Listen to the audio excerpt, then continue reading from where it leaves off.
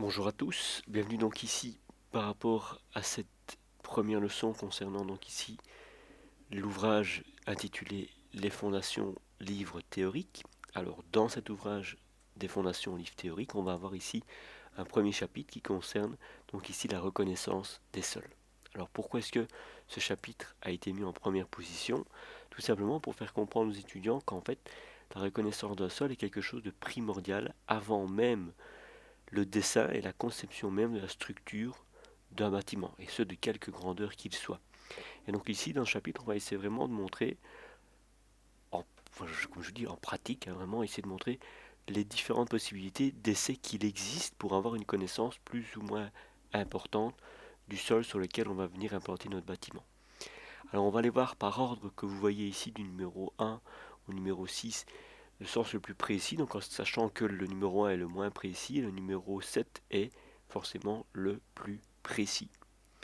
Alors ici, première possibilité qu'il existe de la reconnaissance du sol, c'est faire entre guillemets une enquête chez les riverains. Voir si les personnes qui ont bâti à côté du terrain sur lequel on va bâtir ont eu des problèmes. Est-ce qu'ils ont eu des nappes phréatiques qui ont été relativement connues? Est-ce qu'il y a eu des éboulements? Est-ce que il y a eu un prix différent par rapport à l'essai de sol parce qu'il y avait une accessibilité qui était aussi difficile? Donc ça, ce sont des premières indications que vous pouvez obtenir par rapport à une enquête de voisinage. Maintenant, il faut bien faire attention. J'ai pris ici l'exemple, on va dire, d'une route qui est implantée ici sur deux niveaux de terrain à bâtir, un niveau haut, un niveau bas. C'est pas parce que votre voisin du dessus a pu construire sa maison sur un fond rocheux qui est relativement stable et épais, avec une bande alluvionneuse qui est fine, c'est pas pour ça qu'en dessous de votre route, de l'autre côté de la route, ici, là vous allez avoir peut-être un bande d'alluvion plus important et donc des essais de sol qui sont beaucoup moins grands. Donc ça, c'est vraiment une possibilité de faire son enquête de voisinage si le bâtiment est petit. Donc on va considérer une maison unifamiliale de base pour 3 à 4 personnes. Maintenant, si on a une construction plus importante, là, à un moment donné, il y a un manque de sérieux et il faut vraiment passer par une étude de sol beaucoup plus poussée. Alors, deuxième possibilité, c'est, vous le voyez, c'est le portail de la région wallonne. Alors, donc ici, qu'est-ce qu'on voit? On voit en fait une cartographie avec l'école qui se situe donc ici entourée en vert. Et on voit vraiment en fait toute une légende avec des termes qui sont un peu plus spécifiques, avec des couleurs qui montrent en fait les bancs de sol suivant leur famille géologique. Donc je vais vous montrer comment est-ce qu'on accède finalement à cette carte géologique. Alors pour ça, c'est pas très compliqué, il suffit simplement d'aller sur Google et de taper carte géologique Wallonie que vous voyez ici. Et vous avez la première qui est ici le service géologique de Wallonie. Quand vous cliquez dessus, vous allez atterrir à ceci. Et là, vous voyez dans les consultations la carte géologique. Et donc quand vous cliquez dessus, nous c'est ce qui nous intéresse, c'est de connaître les sols qui sont sous notre futur bâtiment. Mais vous allez atterrir à ceci. Donc la carte de la Wallonie, qui est un petit peu fragmentée. Donc il y a des zones où là, il n'y a pas de connaissance quand c'est assuré propre par rapport aux différents sous-sols qui existent. Mais il suffit simplement d'aller choisir une commune. Donc ici, vous avez la liste des communes en Wallonie qui sont représentées. Nous, il suffit de prendre une commune proche de la région ici liégeoise. On va prendre par exemple Soumagne, j'invente. Et alors, quand vous avez sélectionné votre commune, directement, le site vous montre la commune avec, comme vous le voyez, des légendes. Donc on voit des couleurs qui apparaissent. Donc si par exemple vous cliquez sur un point, vous avez alors un zoom qui va venir directement se mettre en place et vous montrer un petit peu les différentes possibilités qui existent. Donc là il suffit de s'y retrouver un petit peu par rapport, donc on voit ici le tracé de l'autoroute, qui vient de l'Allemagne vers la région liégeoise, vers donc Charat. Donc ici on est dans la région donc proche ici donc de Bâtisse, etc. Et on retrouve ici la région de Soumagne. Et donc quand vous cliquez sur encore une zone propre et bien établie, vous allez avoir donc ici des légendes. Donc vous avez ici par exemple GUL qui est l'argile de Gulpen et VAA qui est l'argile de Vals. Et donc ici en gris par exemple, on ne le voit pas bien sur l'image, mais c'est HOU. C'est le houilleux. Donc c'est plutôt ce qui est une terre un petit peu cendreuse, on va dire comme ça. Donc là, vous voyez que vous avez déjà une première indication donc, pour vous montrer la principale famille de sols que vous retrouvez sur une rue ou un pâté de maison. Et après, ben, forcément, ça reste dans des profondeurs qui sont relativement importantes. Donc, vous voyez qu'on a déjà une première idéologie. Troisième possibilité que vous voyez, c'est directement faire une excavation sur sol pour voir un petit peu une vision plus ou moins globale de ce que vous aurez comme sol en présence là-dessus. Maintenant, ça ne garantit absolument rien sur les sous-couches du sol, donc il faut être très très très prudent là-dessus. C'est que s'il n'y a pas d'essai de sol qui est effectué, il faut s'assurer que le bâtiment soit de faible amplitude, moins de 50 mètres carrés, et que ben forcément on n'ait pas des charges qui sont relativement importantes là-dessus, parce que rien ne nous garantit qu'en dessous de cette tranchée, il n'y ait pas une cavité calcaire, qu'il n'y ait pas une cavité par rapport à un socle charbonneux. Donc vraiment, il y a vraiment des précautions à prendre par rapport à ça. Il faut vraiment être très prudent. Petit bâtiment, pas trop de charge. Alors, quatrième possibilité qu'on voit quand on est en présence de sols mous, donc on le voit ici, des sols mous, qui ne sont pas des sols durs, pas de pierre, etc. dans les sols, ben là en fait on peut réaliser des sondages. Donc ça peut être manuellement, de manière assez simple, où en première étape on va vraiment enfoncer dans le sol notre premier train de tube à la main, en faisant des phénomène de rotation pour permettre une meilleure pénétration de l'élément. Deuxième, on frappe un petit peu la tête de l'élément pour l'enfoncer un peu plus loin. Et le troisième, comme vous le voyez, le cylindre d'échantillonnage, lui, est placé dans le porte-cylindre. Et en quatrième, on n'a plus qu'à le ressortir du sol une fois que l'élément de sol a été prélevé. Donc en vrai, ça ressemble plus ou moins à cela. C'est un exemple, hein, il y a bien évidemment d'autres possibilités. Vous avez ici votre train de tube qui est envoyé, ça va. Vous avez l'élément ici un petit peu coupant qui va être enfoncé dans le sol et le sol viendra se remplir ici à l'intérieur. Et on voit que la partie ici en plastique est inclue dans le tube circulaire métallique. Et donc quand on a fini de enfoncer notre train de tige ici comme ceci pour pouvoir visualiser les strates, il y a en effet ici une coque bloquante qui stoppe en fait l'éboulement de notre sol qu'on vient de visualiser.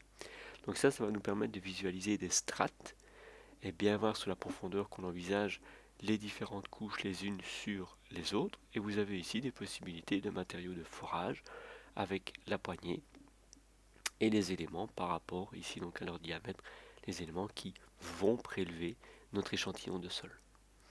Alors si on est en présence de sol plus dur, donc avec des présences d'éléments donc rocheux un petit peu plus importantes, là, comme vous le voyez, on a besoin d'un système hydraulique qui va vraiment enfoncer notre train de tige beaucoup plus loin dans le sol. Alors ça, ces quatre premières familles, c'est vraiment quelque chose de général et global, avec la quatrième qui est un petit peu plus précise. Ensuite, on a ce qui s'appelle les essais directs. Alors les essais directs, c'est vraiment un élément qui va vraiment vous montrer globalement comment on réalise l'essai sur notre futur chantier. Alors la première idée que vous devez retenir, c'est que par rapport à un terrain, il y a souvent trois gammes ou trois familles de sols. On parle d'un comportement au sol qui est bon, excellent ou médiocre. Alors qu'est-ce qui différencie l'une famille par rapport à l'autre? En fait, ça différencie uniquement par rapport aux critères de capacité porteur, donc la pression que le sol peut recevoir par rapport à la charge future du bâtiment. Alors on considère qu'un sol est médiocre quand sa capacité portante, donc quand sa pression qu'il peut reprendre, est inférieure à 1 kg par centimètre carré. C'est par exemple pour des sols qui sont vaseux, avec des présences d'eau. Donc là, on a vraiment des sols qui sont mauvais en capacité portante. Deuxième famille, les sols qui sont considérés comme bons. Là, on est entre 1 et 1,5 kg par centimètre carré de reprise. Et les excellents, c'est 3 à 5 kg par centimètre carré. En pratique, un sol qui est bon, c'était par exemple une terre très compacte. Une terre avec un petit peu de mélange de sable compact. Un argile sec et un petit peu humide, pas noyé d'eau, mais un petit peu humide, est aussi considéré comme un sol qui est bon. Les sols excellents, là, c'est quand vous commencez à avoir une terre compacte à 2,50 m, 3 mètres de profondeur, et là, vous montez facilement à des 3, 5, 6 kg par centimètre carré. Les roches, bien évidemment, sont encore au-delà, mais ça, C'est pas très compliqué de le comprendre. Alors, nous, les deux grands essais pratiques que vous rencontrerez sur chantier, qu'on va visualiser ici, ce sont les pénétromètres statiques et dynamiques et l'essai à la plaque. C'est vraiment ces deux types d'essais qu'on va rencontrer et qu'on va analyser ici. De manière générale, on va avoir donc ici la présence et la nécessité de présence de ces essais avant, je dis bien avant la conception même du bâtiment et avant la construction de celui-ci, pour se prémunir de risques potentiels. Et donc en fait maintenant les assurances vous conseillent fortement, si pas vous obligent, à essayer d'aller faire un essai de sol avant la construction du bâtiment. Pourquoi? Parce qu'en cas d'indemnisation sur des vis cachées, des fissures dans le mur, des enfoncements localisés de bâtiments, en fait ils vont vous demander si oui ou non vous avez fait un essai de sol et si vous avez respecté les réglementations en vigueur par rapport à une étude d'un ingénieur en stabilité. Donc c'est pour ça que maintenant il faut faire un essai de sol avant la conception même de notre bâtiment. Alors, donc, comme je vous ai dit, on va visualiser ici en premier lieu le pénétromètre. Alors, ce qu'on s'appelle un essai au pénétromètre, pardon, qui est souvent appelé un essai CPT, on va le voir directement après. Mais vous avez deux familles, soit l'essai pénétromètre statique à droite, soit l'essai au pénétromètre dynamique. Alors celui qu'on va voir en premier lieu, c'est l'essai au pénétromètre statique. Comment ça fonctionne? Vous le voyez sur le schéma de gauche. Vous avez ici un vérin hydraulique qui va générer une certaine force de poussage. Et donc en fait, vous allez avoir des tubes qui vont être raccordés en fonction de la profondeur à laquelle vous êtes dans le sol à ce qui s'appelle un premier tube ici. Et ce premier tube, au bout de ce premier tube, vous allez avoir ce qui s'appelle un manchon de frottement et un cône. Et l'ensemble de ce cône et ce manchon de frottement, ces deux éléments-là, vont former ce qui s'appelle dans le jargon la pointe. Et en fait, on va mesurer à une vitesse d'enfoncement constante de 2 cm par seconde la résistance qu'offre le sol à l'enfoncement de cette pointe.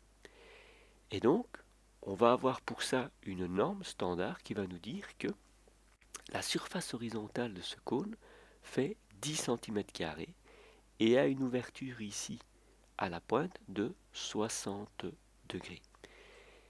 Et donc quand on va enfoncer à vitesse constante de 2 cm par seconde l'entièreté des tubes, le premier tube et la pointe, on va pouvoir mesurer tous les 20 cm la résistance à la pointe qu'on appelle QC.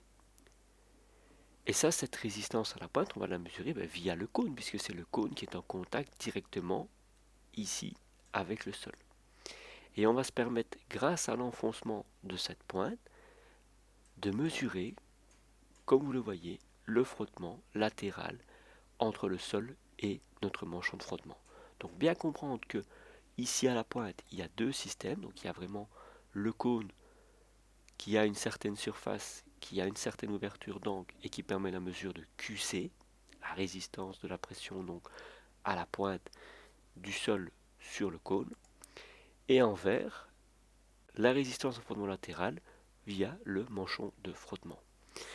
Donc ça, en pratique, ça ressemble à quoi? Le cône, ça ressemble à ceci. Donc, comme vous le voyez, on va avoir un premier cône donc dit droit, comme ceci, où on retrouve le cône et le manchon de frottement. Ou alors, il existe aussi le cône, ici, avec, comme vous le voyez, le manchon de frottement avec une sorte de jupe qu'on appelle ici. Cette jupe, c'est juste une variante par rapport à l'autre, qu'on va voir ici directement après. Alors, on peut adjoindre aussi au cône ou au manchon de frottement des capteurs électriques qui vont mesurer en continu vraiment la capacité de la résistance à la pointe et la résistance totale à l'enfoncement de cette pointe, par laquelle on va déduire la force de frottement latérale, comme on le verra ici après. Et là, ça donnera des résultats un petit peu plus précis encore. Alors, quel est l'outillage pour permettre donc ces pénétromètres statiques? Comment est-ce qu'on réalise l'essai? En fait, vous avez deux possibilités. Soit vous avez un outillage sur pneu ou sur chenille. Alors sur pneu, bien évidemment, c'est carrément un camion entier qui vient directement sur chantier et qui réalise les essais. Alors comme vous le voyez, vous avez ici vos essieux. Alors les plaques ici de levage pour vraiment lever le camion et le mettre hors sol pour pouvoir permettre donc l'enfoncement du train de tige. Alors ici vous avez une cheminée qu'on retrouve ici aussi sur les camions, sur les Unimog, les Mercedes ici. Et donc cette cheminée va nous permettre de lever le système hydraulique pour enfoncer notre train de tige. Donc vous voyez vraiment, on peut déjà le lever d'une certaine hauteur et vous retrouvez ici la cheminée qui va nous permettre de venir placer nos tubes les uns au-dessus des autres pour permettre l'enfoncement du train jusqu'à une certaine profondeur. Alors voilà, comme je vous ai dit, l'intérieur donc du camion, vous avez ici donc l'ordinateur avec la prise de mesure, vous avez les tiges qui sont chaque fois filetées ici au bout pour pouvoir simplement les visser les unes sur les autres au fur et à mesure qu'on descend en profondeur dans le sol. Et alors vous avez vos deux vérins hydrauliques ici. Et donc forcément vous retrouvez ici la cheminée puisque ceci va monter jusqu'ici. Vous allez venir insérer le train de tige et puis ça va l'enfoncer au fur et à mesure. Donc vous voyez ici l'homme qui fait le vissage du train de tige supplémentaire et vous voyez les vérins qui sont au niveau supérieur. Et puis après, le vérin va descendre, va venir s'enclencher dans le tube et l'enfoncera au fur et à mesure. Alors deuxième possibilité, c'est pas sur roue mais c'est sur chenille. Là en fait ça permet des accès un petit peu plus faciles sur des terrains un petit peu plus instables, boueux, vaseux, etc. Mais ça reste le même principe. On retrouve ici la cheminée pour l'enfoncement de vérins hydrauliques. Alors forcément on doit l'amener ici, pas par convoi exceptionnel, mais on va dire par un camion qui est adapté. Et donc là on le dépose un petit peu où on veut et puis c'est lui-même qui descend et qui se déplace sur l'endroit où il va faire les essais de sol. Ou alors il existe encore un système où il y a les deux. Donc là c'est sur chenille pour les sols instables, on relève simplement la chenille et après on va utiliser un camion pour envoyer notre élément complet sur route et là on peut aller le déplacer où on veut. Il existe des éléments un petit peu plus petits donc qui sont ici sondés à l'arrière même d'une camionnette. Donc là ça a une pénétration un petit peu moindre dans le sol puisqu'on a des forces hydrauliques un petit peu moins grandes. Donc là il faut bien comprendre que plus vous avez des vérins hydrauliques qui sont puissants, plus vous allez vous permettre d'aller loin en profondeur dans le sol. Ça, c'est bien évidemment une évidence. Alors je vais vous montrer ici maintenant la vidéo qui vous montre un petit peu en pratique la mise en place d'un essai au pénétromètre statique. Donc voici ici la machine comme vous pouvez le visualiser. Donc c'est une machine ici sur chenille qui va donc d'abord être implantée sur l'endroit futur où va être construit votre bâtiment. Alors d'abord on la stabilise correctement pour la mettre de niveau. On monte la cheminée pour pouvoir permettre au vin hydraulique de monter. On allume donc la machine et vous voyez donc ici que la personne va prendre les tubes et va déjà les sertir les uns aux autres pour enfoncer notre train de tige. Donc on va voir ici clairement par rapport à cette vidéo-ci. Donc comme vous le voyez, je fais une petite pause. Donc vous avez ici le cône, donc surface horizontale de 10 cm² avec ici une ouverture à 60 degrés et juste au-dessus le manchon de frottement. Donc on l'insère. Alors vous voyez, le vérin a enfoncé le premier train de tige, on visse le deuxième au-dessus du sommet du premier et c'est le vérin qui va pousser avec la force sur le train de tige pour pouvoir l'enfoncer. Alors qu'est-ce qu'on voit ici? On voit ici la profondeur en centimètres et on voit ici la vitesse qui doit être plus ou moins constante et qui doit être de l'ordre de 2 cm par seconde ici. Et c'est ça vraiment notre vitesse de croisière sur l'enfoncement au pénétromètre statique.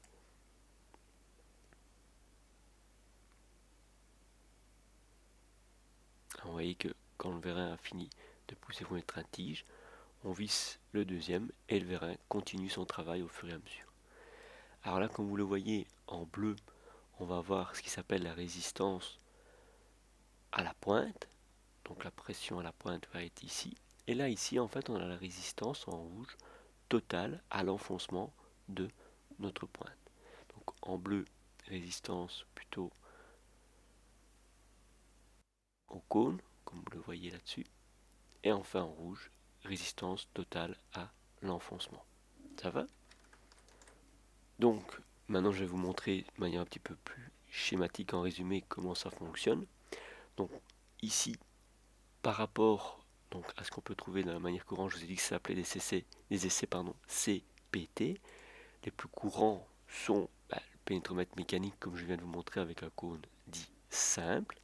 Donc en fait, vous avez un enfoncement en alternance du cône, donc la pointe ici en bas, ben, le bas pardon, de la pointe qui est ici en bas, et du cylindre, qui est le cylindre classique autour de notre train de tige qui est relié au sommet par rapport au cône. Donc en pratique, qu'est-ce qu'on fait? On vient envoyer ici un effort sur notre tige pour pouvoir enfoncer notre cône. On va mesurer donc ce qui s'appelle la résistance au cône en mégapascal. Donc là, on sait clairement la résistance du sol à cet enfoncement du cône. On va envoyer ensuite deux forces pour nous permettre d'enfoncer clairement et facilement notre cylindre. Donc là, on va savoir concrètement combien on peut avoir par rapport à l'enfoncement simultané des deux, donc du cylindre et du cône, la résistance totale, QT. Et en connaissant donc ici cette résistance totale, on va pouvoir se donner les moyens de connaître uniquement en faisant l'effort total qu'on avait besoin pour enfoncer le cône plus le cylindre, moins l'effort qu'il nous a fallu pour enfoncer uniquement le cône, on a alors l'effort qui nous a permis de surmonter le fondement latéral qui s'appliquait autour de notre cylindre. Donc là, vous voyez comment on peut calculer en même temps l'effet de résistance uniquement au cône et l'effet de résistance uniquement au frottement latéral. Donc là, vous voyez, on vous explique par rapport à une coupe la tige qui est reliée donc ici au cône, ouverture à 60 degrés, 10 cm² de section. On a ici le tube autour. Comment ça fonctionne? On va d'abord envoyer ici l'effort sur notre tige pour enfoncer le cône ici en premier lieu. Ensuite, on envoie l'effort sur notre tube. On redonne encore un coup au total pour réenfoncer encore une dernière fois. Et là, par rapport à la position initiale, on a bien enfoncé notre tige et notre tube de 20 cm. Et là, on mesure tout simplement l'effort total qu'il nous a fallu pour enfoncer le tout de 20 cm. Ça va? Donc là, première partie, résistance uniquement au cône, mesure de la pression au cône. Troisième partie, mesure de l'enfoncement total et déduction de l'effort latéral de frottement. Donc les résultats en fait nous donnent ceci. On va avoir ici petit qc la pression au cône. On va avoir comme ceci des stries en fonction de la profondeur d'enfouissement comme vous le voyez ici. On a en légende en bleu la pression au cône. Et enfin en pointillé, comme vous le voyez là-dessus, on a la résistance totale, comme vous le voyez, QST. Et la déduction des deux nous donnera la valeur de frottement latéral. Alors vous voyez que ça, c'est présenté suivant cette forme-là, mais maintenant ça peut être présenté de manière tout à fait basique sur feuille, comme ceci, où on a la possibilité d'avoir un niveau relatif, une profondeur en mètres, et on voit ici en premier lieu, petit QC, la pression à la pointe, ou alors, comme vous le voyez ici, QST en kilonewton, là l'effort total qu'on a envoyé sur cylindre et au cône. On peut l'avoir aussi en couleur, comme vous le voyez, mais ça reste exactement le même principe. Bien voir et visualiser une chose, c'est que quand vous êtes en présence d'un pénétromètre statique, souvent vous allez avoir des ressauts donc dans le diagramme, que ce soit le diagramme par rapport à la résistance totale ou à la pointe, c'est la même chose. Quand vous avez à un moment donné des ressauts très marqués par rapport à la résistance totale et à la pointe, à un moment donné ça veut dire que vous allez changer concrètement de nature de sol. C'est ça qui va vous marquer réellement quand vous passez d'un sol à l'autre, c'est quand vous allez avoir un ressaut vraiment marqué par rapport à votre diagramme. Alors après, forcément, vous pouvez avoir un rapport d'essai de sol qui va vous montrer, comme vous le voyez ici, en fonction de la profondeur, ici tous les 20 cm, donc c'est toujours un pénétromètre statique, ben, ça va vous donner QD, QAD, Q'D ou Q'AD, qui sont soit les capacités portantes d'équilibre pour les semelles continues ou les radiers, pour ici donc QD ou Q'D, et QAD, pression admissible pour les semelles continues, mais pression dite plutôt admissible en mégapascal. Donc là, vous voyez, c'est là-dessus que vous allez baser votre dimensionnement sur ici donc QAD, la capacité portante même par rapport à votre sol. Donc là ici, pour vous donner une idée, ben, à 3,80 m de profondeur, on tourne aux alentours de 3,9 kg par centimètre carré. On peut estimer qu'à cette profondeur, le sol est très très bon, il est même d'ailleurs quasi excellent. Dernière petite remarque par rapport à ces pénétrants statiques, on peut utiliser aussi ce qui s'appelle un piézocone pour ici savoir si oui ou non on est en présence d'eau, parce qu'en fait si on est en présence d'eau, on va avoir ce qui s'appelle la pression interstitielle de l'eau qui va venir toucher cette petite capsule et qui va nous renseigner si oui ou non il y a présence d'eau. Et donc comme là on peut voir, ben, on a toujours en bleu la résistance à la pression au cône, et on va avoir à un moment donné, clac, ici, à partir de plus ou moins 4 mètres de profondeur, une nappe phréatique qui risquerait d'arriver et qui se matérialise clairement au-delà de 5 mètres. Donc là, ben forcément, on va avoir une possibilité de connaître l'endroit précis où il y a la présence d'eau. Pour ce qui est donc des différentes familles de sols qu'on va rencontrer ici, nous, dans la pratique courante, on va avoir plus ou moins trois grosses familles, donc les sols sableux, sols argileux ou alors les sols vaseux. En fait, le sable, lui, par sa compacité, en fait, il va avoir une bonne résistance à la pointe. Par contre, comme on est dans une structure granulaire avec un indice de vide plus ou moins marqué, sauf s'il est vraiment très compact, mais ça dépend des sols sableux, ben là en fait on va avoir par contre une résistance au frottement latéral qui est plus faible. Alors nul, je ne dirais pas, mais un frottement latéral qui est plus faible qu'un sol clairement compact, fait vraiment de terre bien compactée par les années. Ben là on aura une résistance à la pointe qui est correcte, résistance au cône qui est bonne et un frottement latéral qui est tout à fait correct.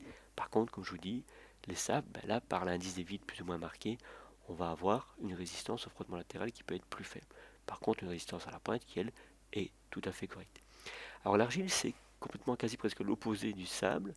C'est que, en fait, les sols argileux ont, via leur granulométrie qui est très très très très très très faible, les sols argileux ont des diamètres de particules d'argile qui est excessivement faible. Ben là, en fait, on va avoir un frottement latéral qui est très très bon, et par contre une résistance à la pointe qui est moindre que nos sables, où là c'est vraiment les grains de sable qui résistent à la pression au cône. Donc là, on voit vraiment qu'il y a une première différence. Et enfin, on va avoir les sols vaseux, donc qui sont gorgés d'eau, où les particules de sol flottent vraiment dans une mare, on va dire.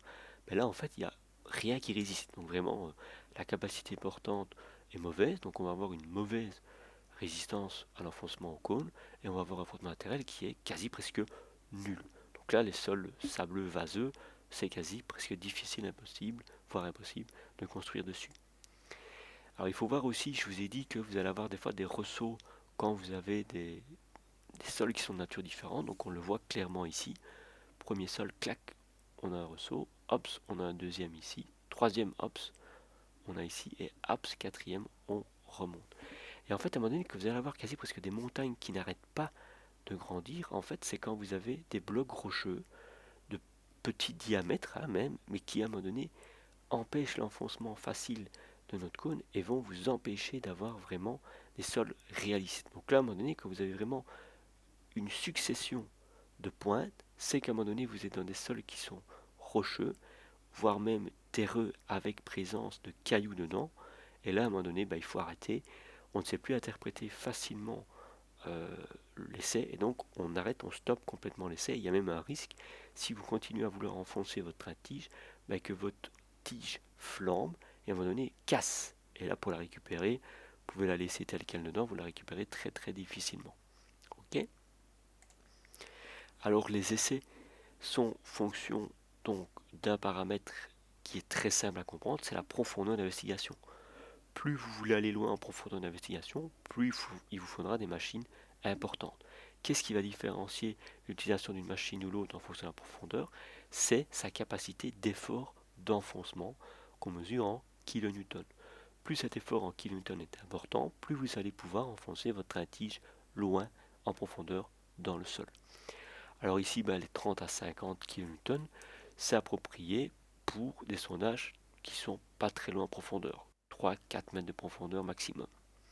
Alors les 100 kilonewtons, là vous voyez que la machine est déjà un petit peu plus importante, et là on va se permettre des profondeurs 15-20 mètres sans problème. Si on veut par exemple pour des constructions sur des buildings, là on va appeler des efforts un petit peu plus importants de l'ordre de 200 kilonewtons, et là on va descendre sans problème à 20 mètres, 25 mètres sans aucun souci. Si on est dans des endroits où on veut toujours une profondeur d'investigation importante mais qu'on n'a pas facile d'accès, là on va se servir de machines semi-manuelles où vous voyez ici un élément hydraulique qui va permettre déjà une première possibilité d'enfoncement à 10-15 mètres, mais avec une possibilité sur chenille d'avoir un accès sur des sols un petit peu plus difficiles d'accès. Dernière possibilité que vous voyez ici, c'est les sondages dits pseudo-manuels. Donc là, c'est des éléments à 25 ou 50 kilonewtons, donc des profondeurs d'investigation pas énormes, mais qui existent quand même. Et là, en fait, ce sont des machines très compactes et qu'on peut envoyer, comme vous voyez, à l'aide d'une crue à l'arrière, par exemple, d'un bâtiment, où par exemple, on n'aurait pas du tout accès. Donc ça se fait aussi. Alors, si je dois résumer maintenant par rapport à ces profondeurs d'investigation ou différents paramètres sur les pénétromètres statiques, on va voir en fait que quand vous allez avoir la construction d'un bâtiment ou d'une maison unifamiliale sur un terrain, souvent on considère un minimum de 3 essais par 500 mètres carrés. Souvent on va faire ces essais dans les coins des bâtiments, donc l'implantation où vous allez mettre le coin d'un bâtiment et à l'intérieur même du bâtiment, donc ça c'est le minimum requis. Donc c'est vraiment ce qu'on va considérer de base, c'est les 3 essais minimum qui sont souvent donnés par rapport au contrat propre que vous avez. Deuxième idée qu'on peut avoir par rapport à un essai ou à un prix, il faut compter aux alentours des on va dire 650 à 750 euros, aux alentours ici de l'année donc 2017, c'est le prix d'un essai. Par rapport donc à ici le rapport qui vous est donné, les 3 essais pris sur chantier, donc tout ça vraiment ça donne plus ou moins l'étude de votre essai de sol. Et quand vous visualisez vraiment le coût global de cet essai par rapport au prix global d'une maison, ça représente même pas 1%. Même pas 1% de votre prix global de la maison, c'est pour réaliser votre essai de sol, qui vous empêchera d'avoir bien évidemment de fameuses mauvaises surprises par la suite. Donc ça c'est la première partie par rapport au nombre d'essais et combien ça coûte. Deuxième paramètre de réflexion, c'est la profondeur d'investigation. À partir de combien de profondeur je dois commencer à demander une investigation? En fait, ça va dépendre de la nature de l'information que vous voulez, qui elle-même va dépendre de votre bâtiment. Donc si vous avez une maison unifamiliale, soit vous allez la mettre sur semelle isolée, sur semelle filante, pardon, ou sur radier. C'est un petit peu plus rare sur pieux, sauf si vraiment, on vous dit clairement, vu que vous avez par exemple de l'eau sur votre terrain, ce sera sur pieux parce que ce sera très difficile de commencer à mettre un bâtiment sur semelle filante ou même radier général. Et donc en fait, si par exemple vous avez une maison, à quelle profondeur d'investigation allez-vous devoir réaliser votre essai? Et donc la machine que vous allez devoir commander va en découler aussi. On va se servir de la profondeur Z qui sera supérieure à 3 fois B. Alors B c'est quoi? B c'est la largeur la plus petite de votre fondation. Donc si vous avez une maison qui fait, je sais pas moi, 10 mètres sur 15, 10 mètres est la plus petite dimension de votre maison, on va devoir normalement commander une machine pour théoriquement descendre à une profondeur théorique de 3 fois 10, donc de 30 mètres. Si on est avec un radier général, maintenant je donne une petite remarque et une petite parenthèse par rapport aux semelles filantes, là forcément à un moment donné, si vous descendez, je sais pas moi j'invente, à 10-12 mètres et que vous voyez qu'à un moment donné vous arrivez à une capacité portante de 5 voire 6 kg par centimètre carré, perso pour des semelles filantes ça sert pas à grand chose de descendre plus loin. C'est plus gaspiller de l'énergie qu'autre chose parce que si déjà à 10-12 mètres de profondeur, vous avez 6 kg par centimètre carré, et que vous avez même des caves, si ces caves sont sur semelle filante, ben forcément elles résisteront. Ça ne sert à rien d'aller chercher une nature d'influence de la fondation à plus de 10 mètres, c'est pas tellement intéressant. Par contre, si vous avez un radier général, là, vous devez aller chercher au minimum, on va prendre toujours la même maison, 10 sur 15, au moins 1,5 x 10, donc au moins 15 mètres de profondeur. Pourquoi est-ce que là, on doit aller chercher 15 mètres de profondeur et que ce n'est pas nécessaire avec des semelles? Parce que avec des semelles, la largeur de béton en contact avec votre sol, il est bien évidemment moins important que si vous regardez la surface de contact de radier total sur toute la superficie de votre maison avec le sol. Vous allez avoir une plus grande surface de contact béton-sol avec un radier général qu'avec une semelle filante. Et donc, il faut se prémunir de l'influence de toute la nature de votre radier sur une profondeur beaucoup plus grande que si c'était une semelle. Donc là, ça se justifie d'aller pour un radier général beaucoup plus loin en profondeur d'investigation. Parce que vous avez une profondeur qui sera plus importante en nature d'influence via un radier. Pour les pieux, c'est 5 mètres, et pour les groupes de pieux, toujours la même chose, minimum la profondeur, enfin la largeur de votre plus petit bâtiment. Ça va? Alors comme je vous ai dit ici, donc pour les petites machines, quand vous avez des problèmes d'accès à l'arrière de bâtiment, il existe toujours des machines qui permettent la facilité de pose. Donc ceci clôture la première partie de votre vidéo sur la reconnaissance des sols.